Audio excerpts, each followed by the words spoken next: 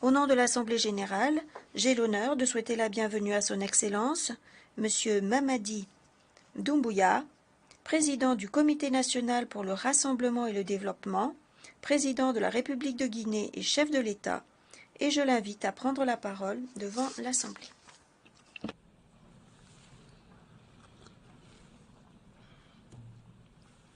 Monsieur le Président, Excellences, Mesdames et Messieurs les chefs de délégation, Monsieur le Secrétaire général,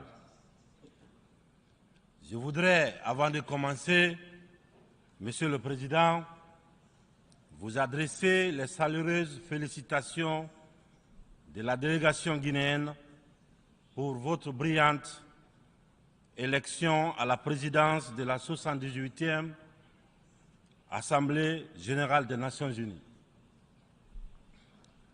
Je voudrais également, devant cette auguste Assemblée, vous assurer du soutien de mon pays. Je souhaite par la même occasion rendre un hommage mérité à votre prédécesseur, M. Saba Korosi de la Hongrie, à M. le secrétaire général, M. Antonio Guterres. Je le remercie pour le dévouement avec lequel il dirige notre organisation. Monsieur le Président, Mesdames et Messieurs, en venant prendre part aux travaux de la 78e section ordinaire, je voudrais m'acquitter d'un devoir, celui de vous transmettre les chaleureuses salutations du peuple souverain de Guinée. Mon pays qui continue de fonder un espoir en l'Organisation des Nations Unies pour trouver des solutions idoines aux questions auxquelles notre monde continue d'être confronté. Dans ce cadre, Monsieur le Président, nous pensons que les fondamentaux qui ont sous-tendu à la création de notre organisation doivent s'adapter aux mutations profondes de notre société. L'objectif du thème de la présente session, paix, prospérité, progrès, durabilité, est d'actualité. Évocateur et mérite une attention particulière de notre part. Épidémie de coups d'État en Afrique. Après celle de la Covid-19, le continent est frappé par celle des putschs militaires, notamment dans les pays francophones du sud du Sahara. C'est tout le monde qui les condamne, qui les sanctionne, qui s'émeut de la réapparition brusque de cette pratique que l'on croyait révolue, à juste titre. Mais j'ai envie de dire que la communauté internationale doit avoir l'honnêteté et la correction de ne pas se contenter de dénoncer les seules conséquences, mais de s'intéresser et de traiter les causes. Les coups d'État, s'ils se sont multipliés ces dernières années en Afrique, c'est bien parce qu'il y a des raisons très profondes. Et pour traiter le mal, mesdames et messieurs, il faut s'intéresser aux causes racines. Le putschiste n'est pas seulement celui qui prend les armes, qui renverse un régime. Je souhaite que l'on retienne que les vrais putschistes, les plus nombreux, qui ne font l'objet d'aucune condamnation, c'est aussi ceux qui manigancent, qui utilisent la fourberie, qui trichent pour manipuler les textes de la Constitution afin de se maintenir éternellement au pouvoir. C'est ceux en col blanc qui modifient les règles du jeu pendant la partie pour conserver les rênes du pouvoir. Voilà les putschistes les plus nombreux. Monsieur le Président, Mesdames et Messieurs, je fais partie de ceux qui, un matin, ont décidé de prendre nos responsabilités pour éviter à notre pays un chaos complet, une situation insurrectionnelle. Aucune force politique, toute complètement neutralisée à l'époque, n'avait ni le courage ni les moyens de mettre fin à l'imposture que nous vivions. La rectification institutionnelle à laquelle mes frères d'armes et moi avons pris nos responsabilités le 5 septembre 2021 n'était qu'une conséquence de cette situation de chaos qui avait fini par fissurer le tissu social et mettre à mal le vivre ensemble. Sans être exhaustif, nous pensons que les transitions qui sont en cours en Afrique sont dues à plusieurs facteurs parmi lesquels on peut citer les promesses non tenues, l'endormissement du peuple, le tripatouillage des constitutions par des dirigeants qui ont pour seul souci de se maintenir au pouvoir au détriment du bien-être collectif. Aujourd'hui, le peuple africain sont plus que jamais éveillés et décidés à prendre leur destin en main. La mauvaise répartition des richesses crée des inégalités sans fin. La famine, la misère qui rendent le quotidien de nos populations de plus en plus difficile. Ces inégalités font partie des causes des événements qui mettent en péril surtout le vivre ensemble. Quand les richesses d'un pays sont dans les mains d'une élite, alors que les nouveau-nés meurent dans les hôpitaux par manque de couveuses, il n'est pas surprenant que dans de telles conditions, nous assistons à des transitions pour répondre aux aspirations profondes du peuple. L'Afrique souffre, mesdames et messieurs. Elle souffre d'un modèle de gouvernance qui lui a été imposé.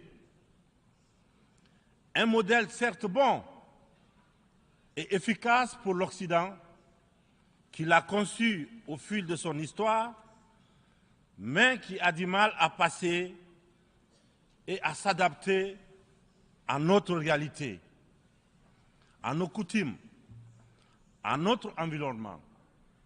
Hélas, j'aimerais dire que la grève n'a pas pris. Je sais que lorsque je dis cela, tout de suite, ils sont nombreux à se dire encore un bidas qui veut tordre le cou à la démocratie. Encore un soldat qui veut imposer sa dictature. Cependant, de façon très claire, sans hypocrisie, sans faux semblant, les jeux dans les jeux, nous sommes tous conscients que ce modèle de démocratie que vous nous avez si insidieusement et savamment imposé après le sommet de la Baule en France, presque de façon religieuse, il ne marche pas. Les différents indices économiques et sociaux sont là pour démontrer que ce n'est pas un jugement de valeur, sur la démocratie en elle-même, croyez-moi, bien entendu, c'est un constat, c'est un bilan. Sur plusieurs décennies d'expérimentation chaotique de ces modèles dans notre environnement, une période où il n'a été question que des outils politiques, au détriment, bien sûr, au détriment de l'essentiel, qui est l'économie, la transformation de nos matières premières sur place. Permettez-moi de pousser l'exercice de vérité un peu plus loin. Avec ma courte mais intense expérience à la gestion d'un État, la Guinée, j'ai mieux mesuré à quel point ce modèle a surtout contribué à entretenir un système d'exploitation et de pillage de nos ressources par les autres, et une corruption très active de nos élites, des leaders nationaux à qui on a souvent accordé des certificats de démocrates. Et en fonction de leur docilité ou de leur aptitude à brader les ressources et les biens de leur peuple, ou encore de leur facilité à céder aux pseudo-recommandations et injonctions des grandes puissances. Je dois d'ailleurs, dans ce sens, confesser que tout ce à quoi je fais face dépasse l'imagination. Ce sont les mêmes qui confessent la démocratie, la transparence, qui dénoncent la mauvaise gouvernance et la corruption, qui dictent les règles. C'est eux qui en offrent très discrètement et sournoisement redoublent de pression pour nous faire céder notre patrimoine dans des contrats léonins. Je comprends certains dirigeants, quelques-uns de mes prédécesseurs, qui, parce qu'ils avaient des fragilités, parce qu'ils étaient sous pression, ou parce qu'ils traînent des casseroles, ou surtout parce qu'ils avaient des agendas politiques, ont cédé à ce qu'on leur demandait. Je les comprends sans les approuver. Certains m'ont même rappelé que si j'avais un agenda politique, je serais moins à l'aise pour mener à bien les réformes auxquelles mon gouvernement et moi nous nous sommes attaqués. Une chose est certaine, nous n'avons qu'une seule préoccupation, le bien-être du peuple et le vivre ensemble. C'est cela notre priorité. C'est pourquoi la transition que je dirige a choisi de se consacrer avec méthode en fixant les objectifs clairs dans un ordre précis. Le social, l'économie et le politique.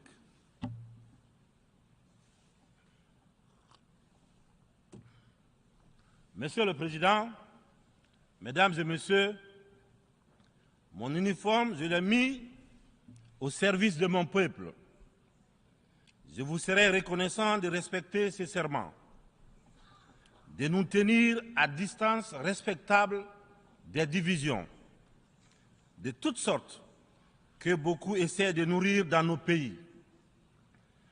Le Sahel traverse l'une des histoires les plus graves de sa très vieille histoire, mais elle a les ressorts nécessaires pour y faire face.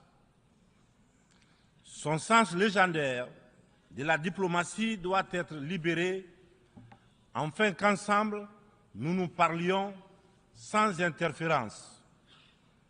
C'est pourquoi, Et pour cela que la CEDEAO, dont la vocation était économique, doit cesser de se mêler de la politique et privilégier le dialogue.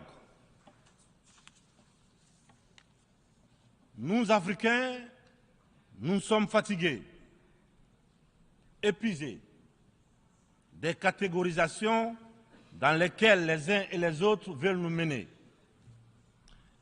et surtout veulent nous cantonner. La population de l'Afrique est jeune. Elle n'a pas connu la guerre froide. Elle n'a pas connu la guerre et les guerres idéologiques qui ont façonné le monde pendant les 70 dernières années. C'est pourquoi nous, Africains, nous trouvons insultants les cases, les classements qui tantôt nous placent sous influence des Américains, tantôt sous celle des Anglais, tantôt des Français, tantôt des Chinois, des Russes et même des Turcs. Nous ne sommes ni pro, ni anti-américains, ni pro, ni anti-chinois, ni pro, ni anti-français, ni pro, ni anti-russe, ni pro, ni anti-turc. Nous sommes tout simplement pro-africains. C'est tout.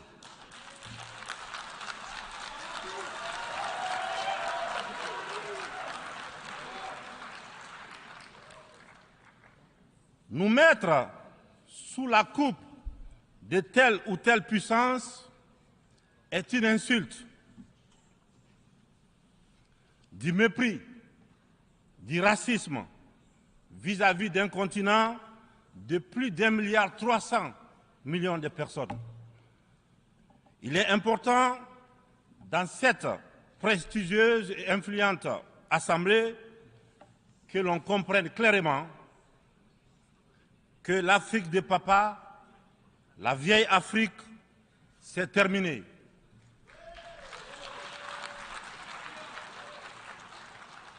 Avec une population de plus d'1 milliard d'Africains, dont environ 70% de jeunes totalement décomplexés, des jeunes ouverts sur le monde et décidés à prendre en main leur destin.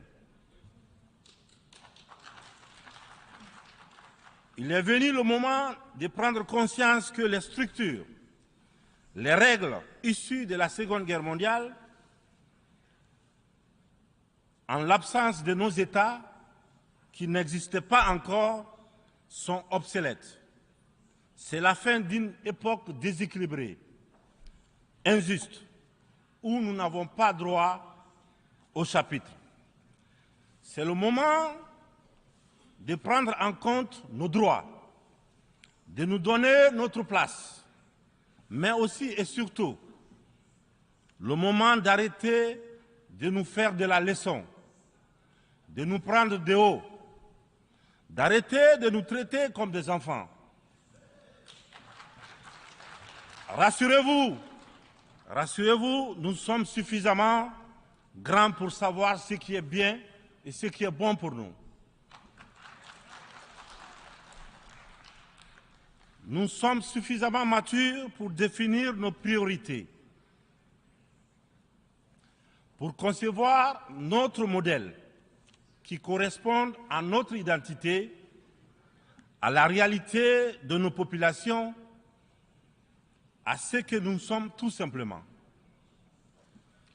Nous vous serions fort reconnaissants de nous faire confiance et de nous laisser mener notre barque comme vous l'avez permis dans certaines régions du monde. Vous l'avez permis en Asie, en Proche et Moyen-Orient, pour ne citer que cela. Cette infantilisation est du plus mauvais effet pour une jeunesse africaine qui s'est émancipée. Dans ce contexte, nous sommes tous interpellés et appeler à procéder à une meilleure analyse de la situation en vue d'initier et de poursuivre de nouvelles politiques au bénéfice de tous. La communauté internationale doit regarder l'Afrique avec les yeux neufs. Elle doit entreprendre avec elle désormais une coopération franche dans un esprit de partenariat gagnant-gagnant. Je vous remercie de votre attention. Merci.